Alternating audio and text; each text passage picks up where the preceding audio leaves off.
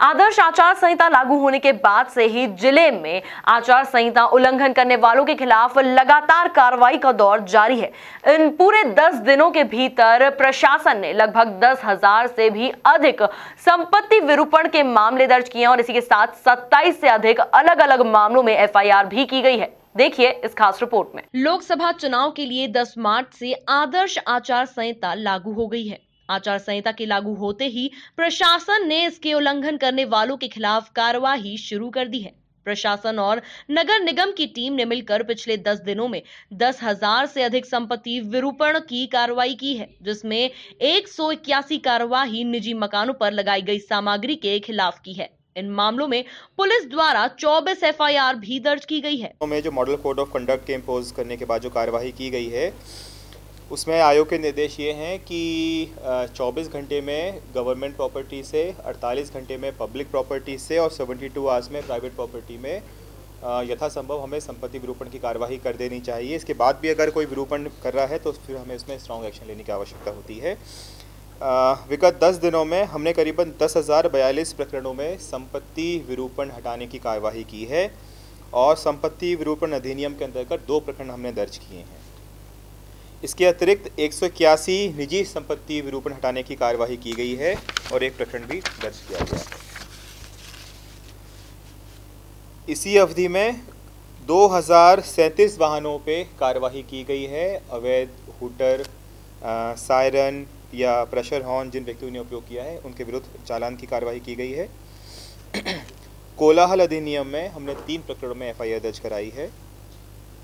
अवैध सभा या भाषण का कोई प्रकरण अभी हमारे पास दर्ज नहीं हुआ है।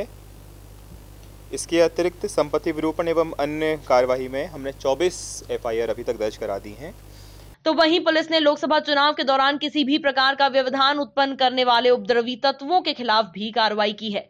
सीआरपी धारा 107-16 में 4,467 प्रकरण दर्ज किए हैं, तो वहीं 1267 बॉन्ड ओवर के मामले दर्ज किए हैं, जबकि 87 जिला बदर किए गए हैं, जिसमें से 30 जिला बदर आचार संहिता के बाद किए गए हैं। पुलिस ने 7 मामलों में एनएसए की भी कार्रवाई की है। दिनांक 10 से 19/3 की अवधि में करीबन 4,467 प्रकरणों में सीआरपीसी 107-16 के अगेंस्ट में हमने कार्रवाई की है। विभिन्न न्यायालयों में ये प्रकरण प्रस्तुत हुए हैं, जिनमें से 1276 प्रकरणों में बॉन्ड ओवर की कार्यवाही की गई है। इनके बंधपत्र भरवाए जा चुके हैं। जिला बदर के 87 प्रकरण पेश किए गए हैं, जिनमें से करीबन 30 प्रकरण हैं वो आचार संहिता अवधि के बाद प्रस्तुत किए गए हैं। इन प्रकरणों में से 26 प्रकरणों में आदेश हो गया है। इसी अवधि में हमने 7 प्रकरण में एनएसए की कार्यवाही भी की है। आयोग के निर्देश यह भी हैं कि हमारे जो SC ST वोटर्स होते हैं इनको भी पूरा संरक्षण दिया जाए, इन्हें कोई व्यक्ति या कोई अन्य संस्था इंटिमिडेट ना करे, उसका भी हम लोग पूरी फॉलोअप करके कार्रवाई कर रहे हैं। प्रशासन के सहयोग से आबकारी विभाग भी लगातार कार्रवाई कर रहा है। पिछले 10 दिनों में 4 लाख से अधिक की शराब जब्त की गई है।